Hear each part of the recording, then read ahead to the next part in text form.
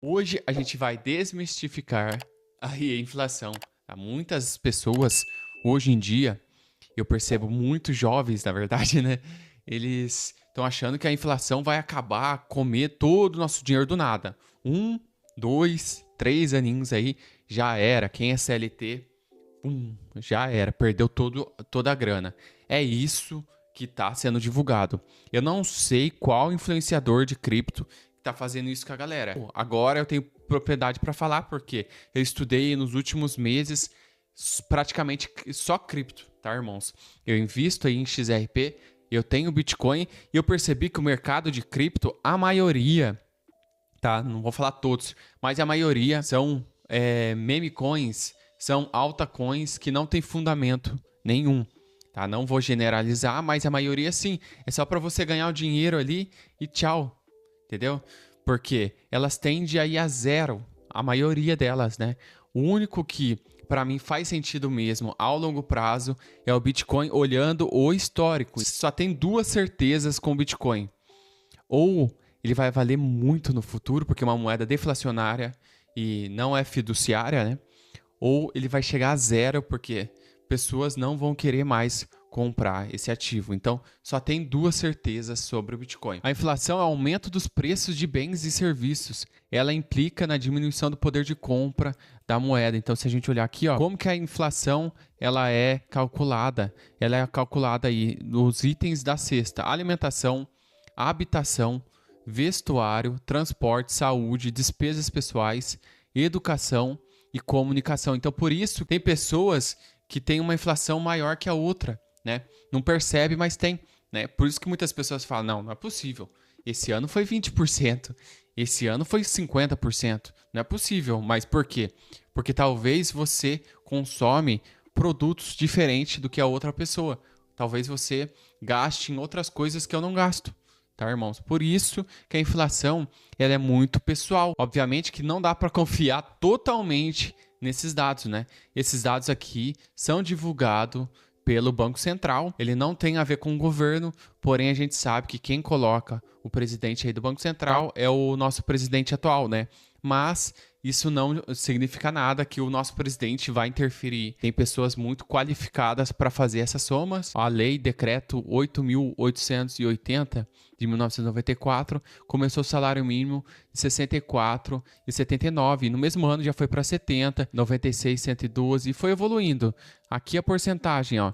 E essa porcentagem que eu dei uma analisada, tá? Vamos até aqui 2023, que é ano passado, dia 1 do 5 de 2023, o salário mínimo estava de 1.320. Se a gente somar tudo aqui, ele dá acima da inflação. Se olhar desse ano, o nosso salário mínimo, com vigência aí do dia 1 de 1 de 2024, começou o ano com R$ 1.412, 6,97% de aumento comparado com o ano passado. E será que isso aqui está ganhando da inflação? No site do IBGE, a gente coloca, ó, mês 7 de 94 até mês passado, coloca o mesmo valor que começou o plano real, e a gente vê que o valor, ó, é de R$ 533,43, seguindo a inflação, daria R$ 533,43. Só que o salário mínimo tá quase o triplo, 1.412. Ah, mas irmão, tá estranho por quê?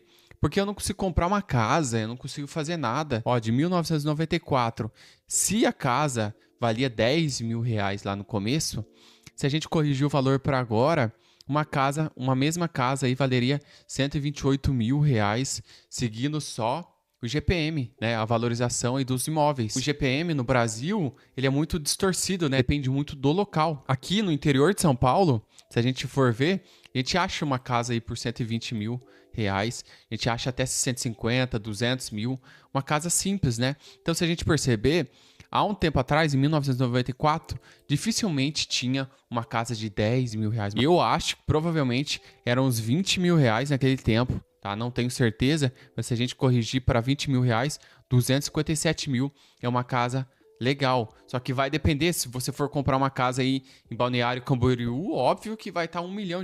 Por quê? Porque é o local turístico. Eu pesquisei aqui no Google, só coloquei o valor das casas em 1994. Um apartamento de 211 metros quadrados com 3 dormitórios, varanda com churrasqueira e 2 vagas na garagem no bairro Morumbi, que é um bairro caro, né? Se a gente for ver, é um bairro caro lá em São Paulo, custava R$ 94 mil. Nossa senhora, colocar a data lá de 1994 e a data final, colocar de agora, R$ 94 mil, R$ 1.209. Se você corrigisse, colocasse o investimento aí, corrigindo da inflação, é 774.540. Então o IGPM, ele valorizou acima da inflação, né? 30 anos do Plano Real. O real chegou a valer mais do que o dólar. Então lá em 1994, o real, pelo jeito, né, foi trocado pelo dólar. Muita gente comprou o real, só que depois de Fernando Henrique Cardoso aí, teve uma alta desvalorização do dólar, chegando em 2003, R$ 2,96 comparado com o dólar. Até 2011 estava 1,55 e depois disso só vem evoluindo 6,03, mas com o tempo provavelmente vai aumentar mais, né? Isso aqui só tende a aumentar ao longo prazo. A gente não pode negar que o dólar, sim, ele afeta a nossa inflação. Por que isso afeta? O grande problema é que esse é um círculo vicioso. Quando a inflação ou a prevista dela fica acima da meta estipulada, então era de 3% para esse ano, com 1,5 ponto percentual de tolerância para cima ou para baixo.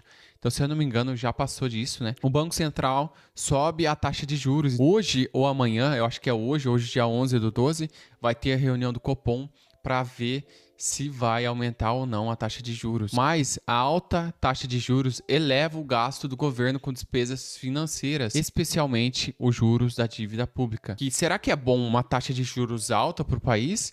Uma taxa de juros baixa? Não pode ser tão baixa igual do Japão, que é deflacionário praticamente, porque aí não tem investidores lá dentro, menos 1% ou às vezes 1%. Também não pode ser tão alto igual do Brasil, 14%, 15%. O perfeito mesmo é igual o dos Estados Unidos, que é de 4%, se eu não me engano, 3%, 4% a taxa de juros. Então, na minha opinião, dos Estados Unidos é quase perfeito, né, a taxa de juros lá. Querendo ou não, tem uma dívida muito alta, eles imprimem dólar, eu vou mostrar aqui para vocês também, mas a economia gira muito, né? O mundo inteiro investe lá nos Estados Unidos. Um dos maiores argumentos da galera que investe em Bitcoin ou em criptomoeda é a impressão do dinheiro e a inflação. É normal que a quantidade de dinheiro físico em um país cresça gradualmente. Afinal, a produção e os gastos também crescem em situações normais. O que não pode acontecer é um aumento desenfreado e não planejado. Então, tem que ter um planejamento na hora de imprimir o dinheiro. A consequência mais comum para a impressão não responsável de dinheiro é a hiperinflação. E o Brasil já passou por uma hiperinflação. Então, essa aqui é a base monetária do Brasil. Está atualmente de quase 10 bilhões de reais, né? Se a gente olhar aqui, ó, o que é base monetária ampliada? A base monetária é o total de moeda em circulação e das reservas bancárias, sendo um fator fundamental para entender a circulação de moeda na economia. Ela afeta diretamente o poder de compra da moeda e da inflação. Então tem gente que fala que não afeta. Afeta sim, irmãozinho. Mas o que dá para a gente comparar aqui? O agregado monetário M2 do Brasil com outras moedas, com outros países. Então eu coloquei aqui, ó, que a galera fala muito, que é dos Estados Unidos, da China e do euro. Então a China e os Estados Unidos tá em bilhões, o euro e o do Brasil tá em milhões. Então vamos comparar aqui, ó. No último ano não teve um aumento tão grande aqui no do Brasil, né? Se a gente olhar, teve um que disparou, que é da casa dos bilhões, que é dos Estados Unidos. Então, ó, comparando todas as quatro, a gente percebe que os que estão mais disparados, na verdade, é o euro e o dólar, né? O euro e o dólar estão muito acima, né? Eles estão imprimindo mais dinheiro. Então, isso já tira um pouco o argumento do pessoal que quer investir em dólar, né? Se vocês verem as críticas aí nos Estados Unidos, o pessoal critica muito por eles fazerem isso, né? Porque vai perdendo o poder de compra, mas o dólar é muito, né, superior ao real, porque tem muitos investidores, tem empresas de tecnologia, querendo ou não, aumenta o PIB do país, mais dinheiro circulando, a economia do mundo também gira por conta do dólar. O da China praticamente não teve uma impressão da moeda, mas o que acontece? Na China, a gente não tem muitas informações. o governo não divulga tanto. Lá é um país um pouco mais fechado, não dá para ter certeza de nada. Irmãos, a verdade é que você não vai perder poder de compra assim do nada se seu dinheiro tiver investido. Porque ações, fundos imobiliários, eles vão se corrigir acima dessa inflação, né? Essa inflação de 4, 5%. Então esse vídeo é para deixar você um pouco mais tranquilo, né?